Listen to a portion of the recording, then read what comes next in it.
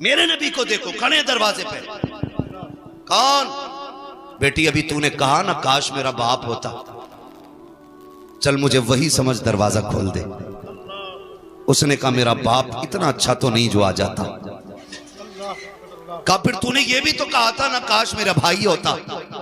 محبوب فرماتے ہیں چل وہی سمجھ کے کھول دے. اس نے کہا میرا بھائی ہوتا تو میں یہاں نہ ہوتا.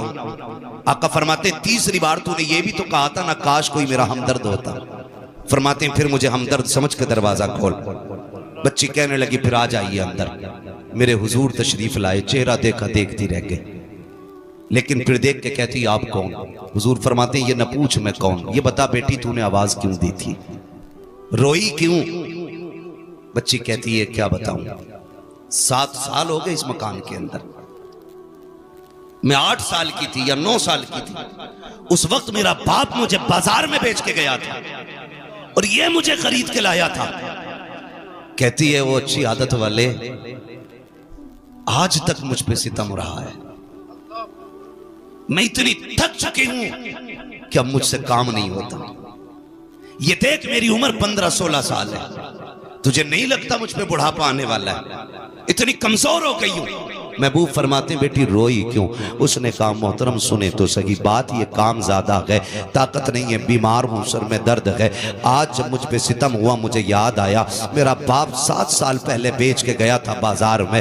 کاش میرے باپ نے مجھے بیچا نہ ہوتا، اور اگر بیچا تھا تو آج دیکھ لیتا، میری حالت دیکھتا تو یہاں رہنے نہ دیتا. جب اس نے اپنا حال دل بتایا ہے نبوت والی آنکھوں سے آنسو برسنے لگ جاتے ہیں. خدا کی قسم 2 منٹ اخبار پڑھ کے ہم تھوڑی دیر ٹینشن کر کے نظر انداز کر دیتے ہیں. میرے نبی کا کردار دیکھو. جب بچی نے رونا شروع کیا ہے آقا کریم صلی اللہ تعالیٰ علیہ وسلم فرماتے ہیں بیٹی مالک کون ہے؟ کہا ایک یہودی میرا مالک ہے. کہا کہاں رہتا ہے؟ کہا آپ کیا کرو گے پوچھ کے؟ میرے نبی فرماتے ہیں بیٹی میں تجھے آزاد کرانے آیا ہوں. اتنا سنا بچی کہتی ہے یہاں کون کس کے درد بانٹتا ہے، کون کس کے دکھ بانٹا کرتا ہے؟ میرے نبی نے کہا تھا بیٹی میں آیا ہوں. صحابہ سے کہتے ہیں سامان اکٹھا کیا جائے. سارے سامان کی گٹھری باندھی گئی. کان کھول کے سننا پیارے، انداز بیاں میرا بہت شوق لگی ہے، شاید کہ اتر جائے تیرے دل میں میری بات. جب ساری گٹھری باندھی گئے آقا کریم نے بیٹی کا ہاتھ پکڑا گئے، لے کر کے چلے گئے. صحابی گٹھری لے کے جا رکھے ہیں.